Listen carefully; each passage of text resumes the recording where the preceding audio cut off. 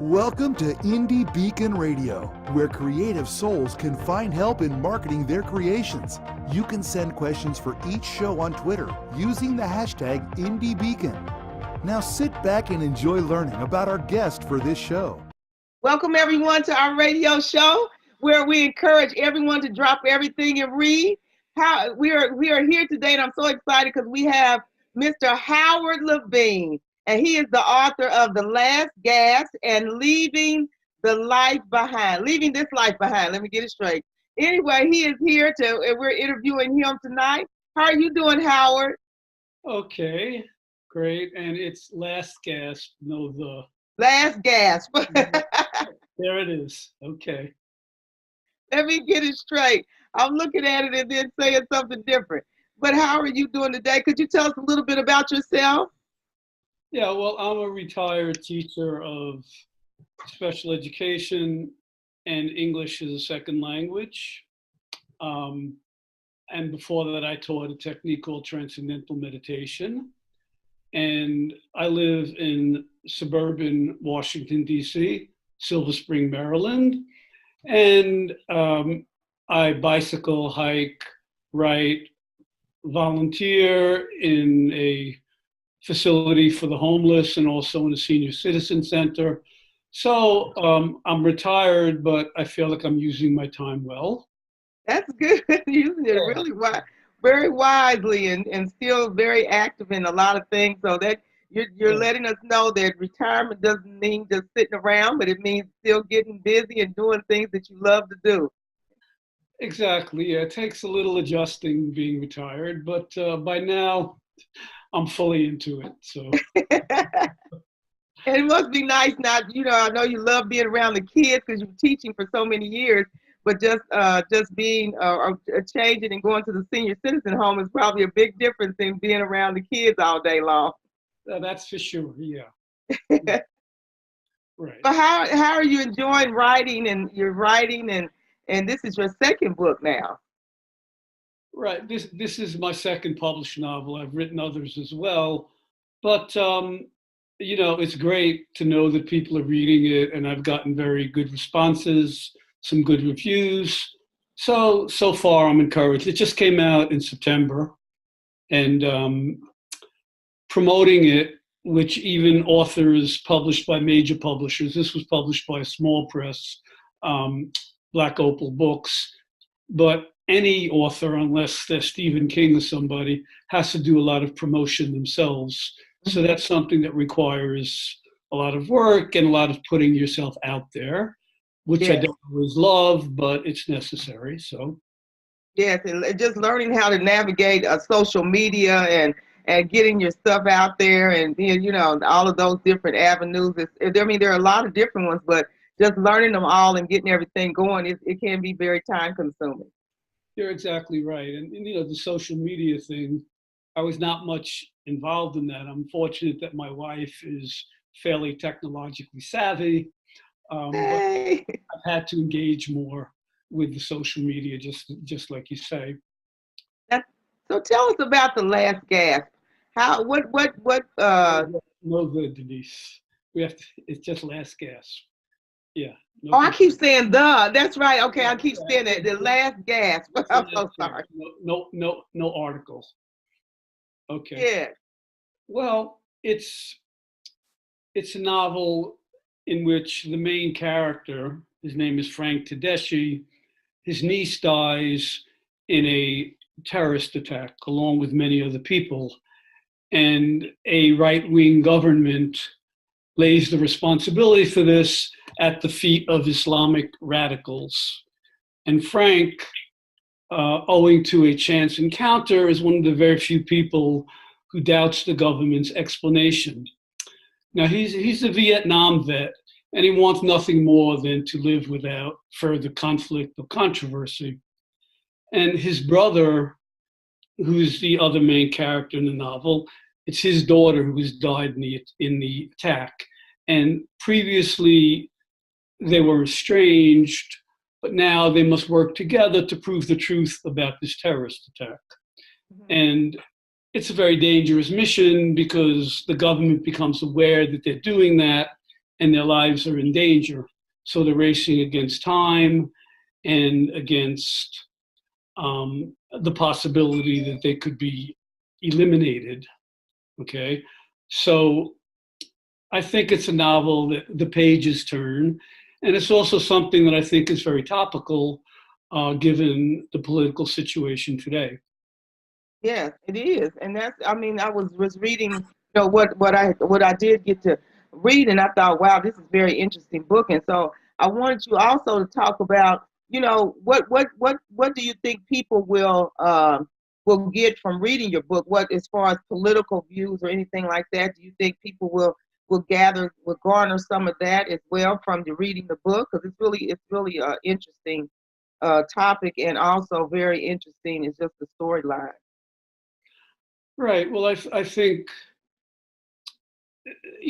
part of the message or theme of the book, if you will, is that intolerance on the level of religion or any other kind of intolerance brings about discord and can result in damage, can result in death, which is what happens in the book.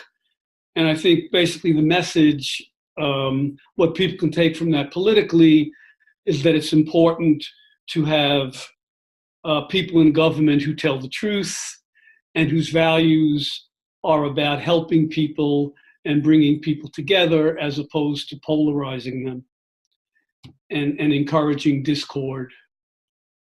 Exactly. Now, what do you think that with that being said, that since we've had so many kind of like terrorist attacks, on people and things like that, and people have died, what did Ted really?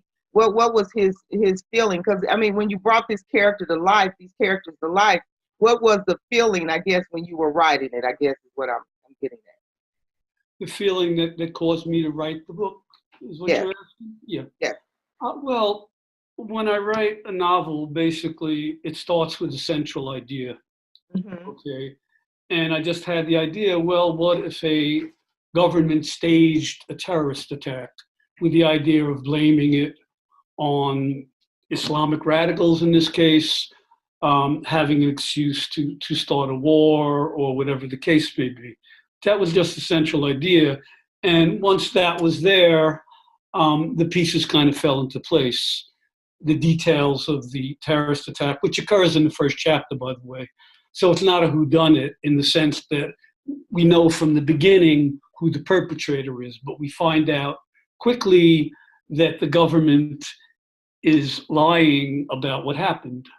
Okay, so from that, the events kind of snowball, and this is really the first thriller that I've written, and it was very interesting to me the way the plot details and the twists and turns in the novel kind of presented themselves as I went along. It's a very kind of fascinating experience. So now, what do you think? As you were writing Ted's portion of the story, as you was writing about this character, what surprised you as he started to become more lifelike to you as you began to write about him and tell his story and things like that? Right. Well, his name is Frank, and what surprised me was just that I could very much relate to a lot of the things that he was going through, even though it's far into my experience. I mean, I've been through the loss of a family member at a young age, and I've been through the Vietnam era. Again, Frank is a Vietnam veteran. And also, he's a New Yorker, a native New Yorker, although I left New York a long time ago. So it kind of fell into place. I mean, this was a character that on one level I was familiar with him because of where he grew up, but on the other hand, his experiences in the novel were very different from anything that I've ever been through. But it just felt, it was very interesting to me the way I could relate to him on a very visceral level, and I felt that came out in the writing. Okay. Now, I think I keep looking at his name, and it's Frank Tedeschi is what his name is. There it is. Is that correct? You got it, Denise. Yeah, and I keep looking at the TED part and wanting to call him that. But anyway, his name is Frank Tedeschi. And that is his whole name, and that's who we're talking about in the story. I'm going to get it straight before this is over with. I'm just quite sure about it. But now, what are some of the other things that you want people to take from reading this book, and that you would like for them to garner as they read it and be able to come away with? I mean, because you got some really good reviews so far about it on the book, and so what else do you want people to take away as we talk about it? Right. Well, one aspect of the book, it's a thriller. That's the genre that it's classified under. But you could also call it a family drama. I mean, Frank and his brother Rob, whose daughter dies in the terrorist attack, they were basically estranged before this happened. But Rob, again, he's a detective with the NYPD, but he needs some support, someone to work with him, because basically the NYPD, in fact, everybody believes the government's explanation of events. So he turns to his brother, from whom he's been estranged, and together they learn to overcome their differences and work towards a common goal. So I think another message there is that one can rely on family when it really counts, and that as far as the brother Rob is concerned, I mean, he realizes how much he loved his daughter after she's gone, because, she was giving him and his wife difficulty. She was a teenager, going through those kinds of changes. But he discovers that, how much she meant to him and how important it was for him to prove the truth about what happened to her. Yeah, and I think that's the message of hope that we get from it, is that the family, you can depend on family. You might can't depend on the government as we would love to, but the family is still important, and the family can still be dependent upon. Exactly. Mm-hmm. Now, I'm so sorry. Who's the antagonist in the story? Who is that one that is kind of the antagonist?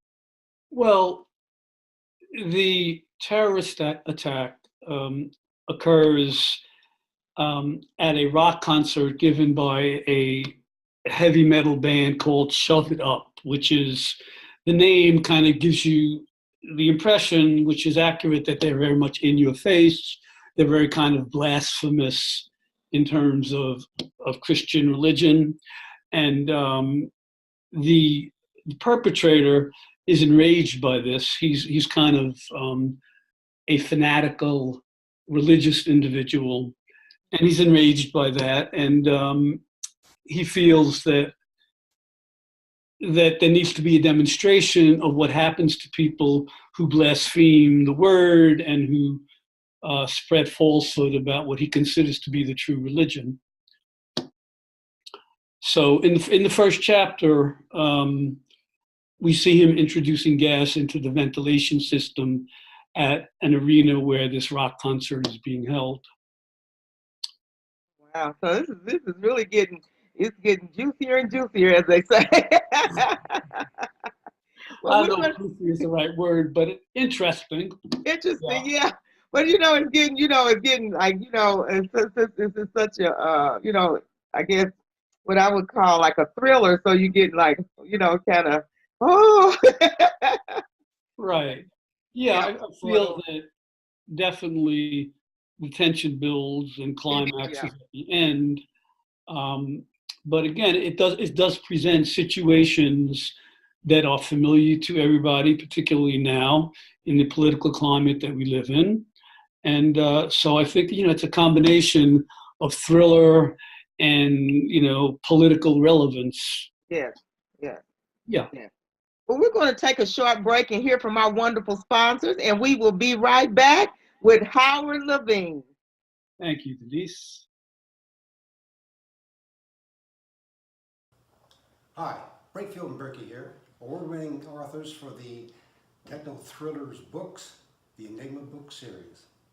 Technology, today's weapon of choice, the cyber good guys versus the cyber bad guys.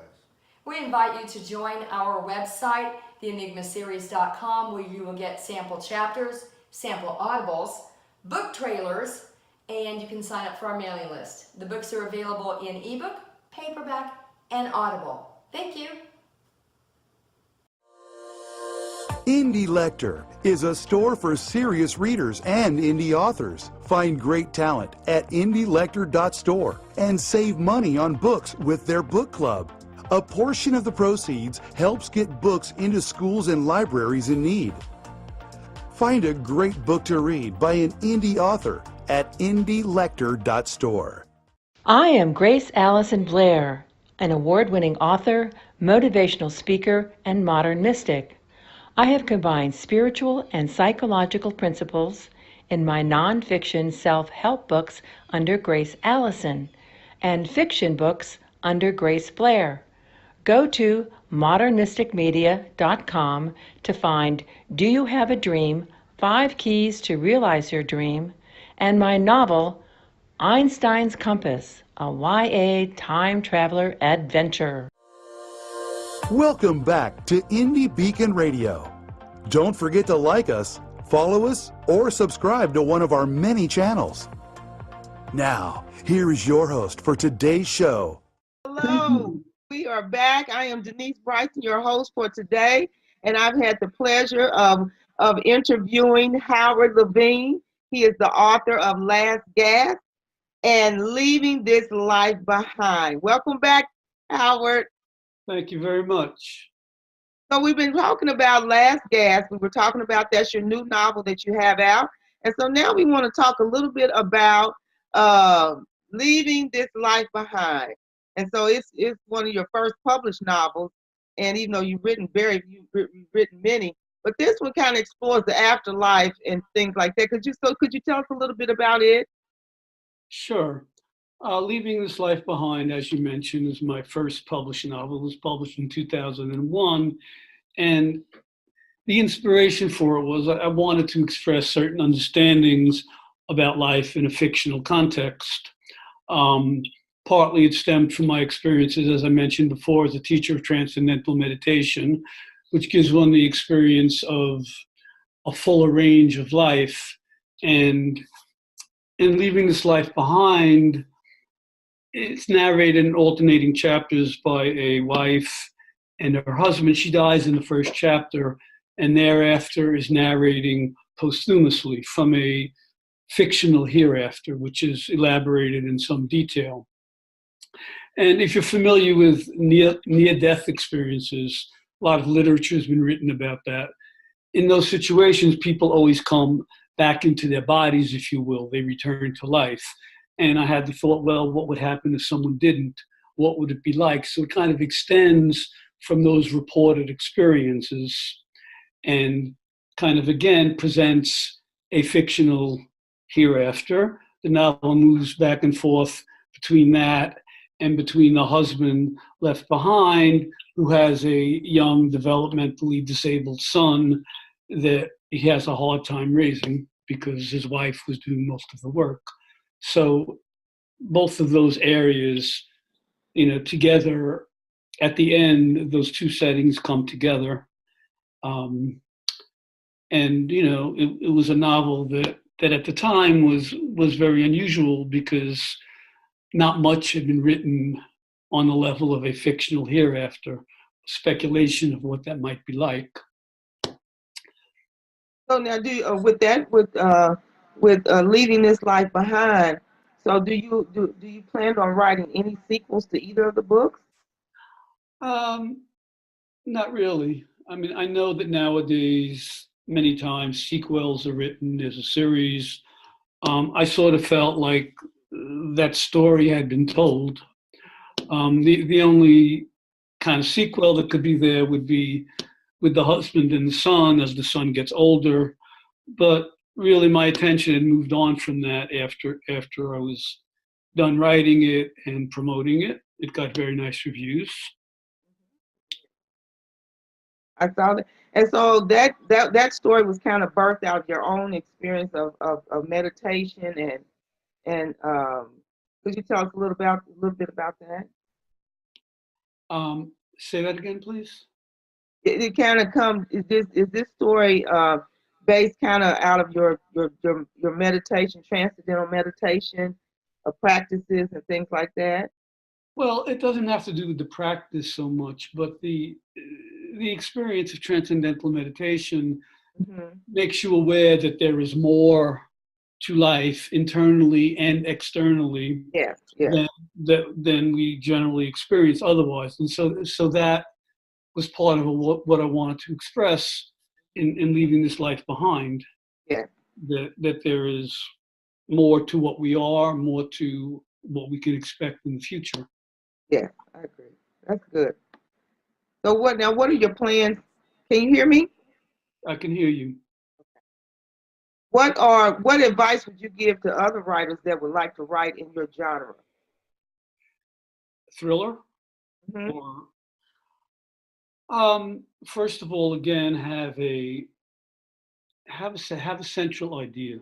Okay, I think that once you have that, then you're half on your way. Personally, I've never been that good at outlining the whole novel beforehand, but have an idea and get started. And once you get started, it's not just the process of writing, but even when you're not writing, the characters take on life inside of your head, and you start seeing different possibilities, and one thing leads to the next. So it's kind of a fascinating ride. And write with just for the sake of writing. After you finish, you can start worrying about trying to sell the book, trying to get it published, all of that. But the joy of the thing is writing, getting started. Yeah. And seeing the characters come to life is the thing. I talk to authors all the time, and I hear them say, no, the characters begin to talk to you, and they begin to tell their own story, and so you just kind of become the writer. Right. Yeah. Yeah. No, they become very much alive and very much real. Yeah. It's very true. It is. I love hearing that, because then it makes me feel like that this is something that somebody they want to tell, and so they begin to pick somebody to tell the story to. Right. That's what I think. Right. So what else would you like for your readers to know about both your books? Just some other things that you would like, some good information that you would love for them to know and hope that they take away from the reading it? Well, in both situations, again, there's the importance of family. And also from a writing standpoint, just that you want to present characters that people can relate to, that talk like real people, that have experiences in their lives that they react to as a real person would, and that can be sympathetic, even though they may have many different aspects to their personalities. In fact, it's very important in terms of characters being real that they do have, because all of us have different aspects to ourselves, different moods, different characteristics. And it's important, again, that the characters are rounded in that way, because the characters are the basis of the story. And if the characters are not believable and credible, then the story will not be either. Exactly. Well, we're going to take another short break and hear some more from our sponsors, and then we will be right back with you, and we'll wind it down. Okay. What would you do if you found out everyone on the town council were thieves and murderers? That's what happened in Bandera, Texas in 1873. John Cruder was the marshal, yet he needed to operate outside the law in order to balance the scales of justice. He is the Midnight Marauder. You can find his books on Amazon.com and TopWesterns.com in paperback, digital, and audio. I'm Roy Clinton, and I hope you'll read The Midnight Marauder. Love to read? Love to meet authors in person? Then check out bookfestival.network to find a book festival in your region of Texas. We are adding book festival events throughout the year, so sign up to get notices and even a coupon towards purchase of a Texas author's book. Sign up at bookfestival.network.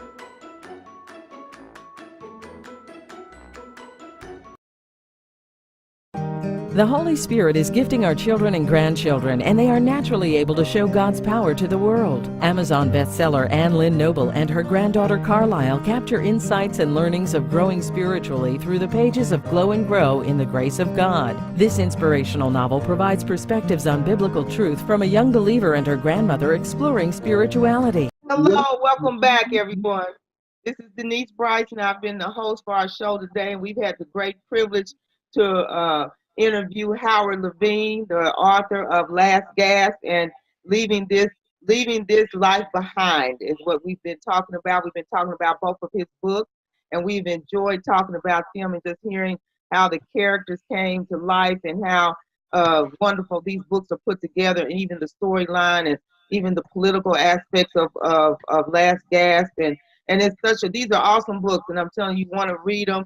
They're great stories. They are big. One is a thriller, and so you want to read that. I'm telling you, these are great books.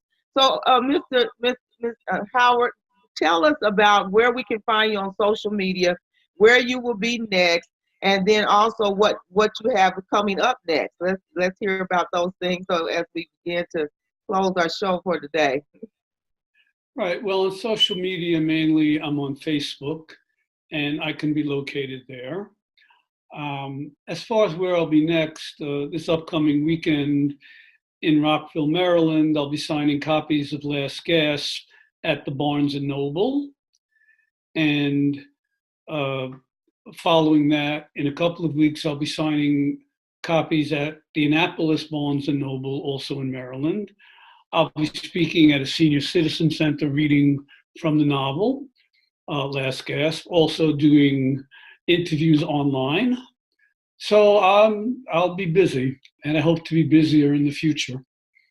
Yes, you will be really busy. And you can buy your books at Amazon.com and Barnes & Noble. Exactly. You just type in Last Gasp by Howard Levine. I say by Howard Levine because there are other books with that title. Yes, there are. There are other people named Howard Levine as well, but they That's true also. That is very true. But yours is just Howard Levine. So I want people to understand that. Last Gasp by Howard Levine takes you right there. Yes, yeah. And you can look inside the novel and read quotes from other authors about the book. Now, what do you have coming up next? What books are you working on, and what projects are you working on? Well, currently I'm working on a novel in which a retired couple rescues two undocumented miners from the desert in Arizona and attempts to help them to reunite with their father, who's up north in Maryland. So it deals a lot with the immigration issue and with the challenges faced by these young migrants in trying to better themselves and reunite with their family in America. Oh, that's going to be awesome too. See? A lot of good storylines and good stories that are relevant to what's going on today, because that's really something that is relevant to what we're experiencing today with, all the people being deported and things like that, and the children are still here because they're American citizens, but the parents may not be. And so, and then this couple finds these children. So that's going to be an awesome story. I can just get excited about thinking about it. Well, I'm enjoying working on it. And again, the story's kind of unfolding to some degree as I go along. So it's always an interesting experience. Howard, I really appreciate getting the opportunity to interview you today and hear about both Last Gasp and Leaving This Life Behind, and then your new story that will be coming up. So glad to have got to talk to you and interview you and see hear all that's going on with you and your books and things like that. And he's going to be at Barnes & Noble in several areas out there in the Maryland area and DC area. So look for him there. For all of you in that area, and for those of you that are not in that area, you can go on Amazon.com and type in Howard Levine and be able to find the book, The Last Gasp, and also Leaving This Life Behind. And so look forward, please go and support our authors because they are awesome and they are good writers and their stories are awesome. So we want you to support them. And so we're so glad that we had the opportunity to interview you today. And we're getting ready to close our show for the day, but so thankful that you had took the time to talk to us and just tell us all about what you're doing. Any last words? Yeah, it's been a pleasure, Denise. It really has. And last gasp is something that I enjoy talking about. So, and it's been a pleasure talking with you. So I really appreciate the opportunity for this interview. Well, you're welcome, and thank you so much. And we look forward to our audience supporting our authors, and we'll see you next time. This has been Denise Bryson, your host with Howard Levine. Thank you for listening to IndieBeacon Radio, where creative souls can find help in marketing their creations. To learn more about IndieBeacon services, to be a guest on the show, or to advertise on our show, please visit our website at IndieBeacon.com.